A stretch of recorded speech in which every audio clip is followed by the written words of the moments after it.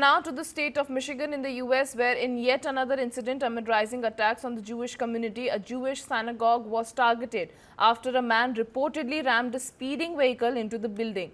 The incident took place at Temple, Israel in West Bloomfield Township. County Sheriff Mike Bouchard told reporters that the suspect drove his vehicle through the doors of the synagogue and down a hallway before the vehicle caught fire.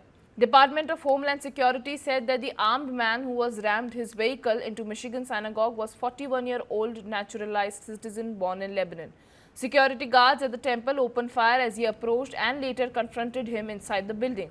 Officials said that the suspect was killed in the incident.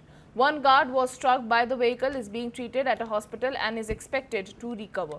Briefly on the situation, Kash Patel said that Bureau is assisting authorities responding to an apparent vehicle ramming and active shooter incident at the synagogue. Michigan Governor Gretchen Whitmer said that she was closely monitoring reports of the attack and said that the state authorities were coordinating with local law enforcement. US President Donald Trump was fully briefed on the situation and described the incident as quote-unquote terrible. He said, and I quote, "We are going to get right down to it, right down to the bottom of it." Listen in.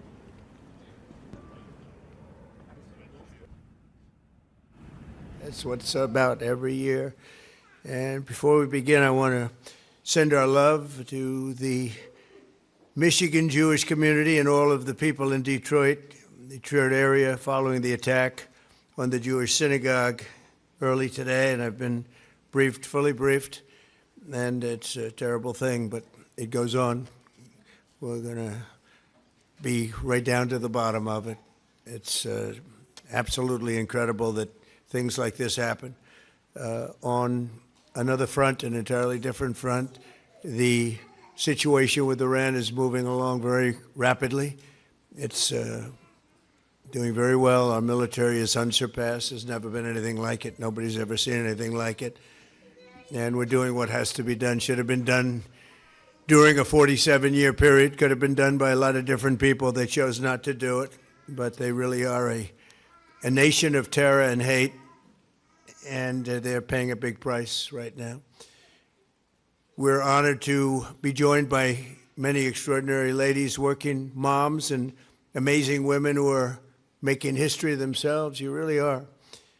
I want to thank Second Lady Usha Vance, who's a Police say a suspect crashed his truck through the doors of a Detroit area synagogue where children were at preschool on Thursday afternoon before driving through a hallway.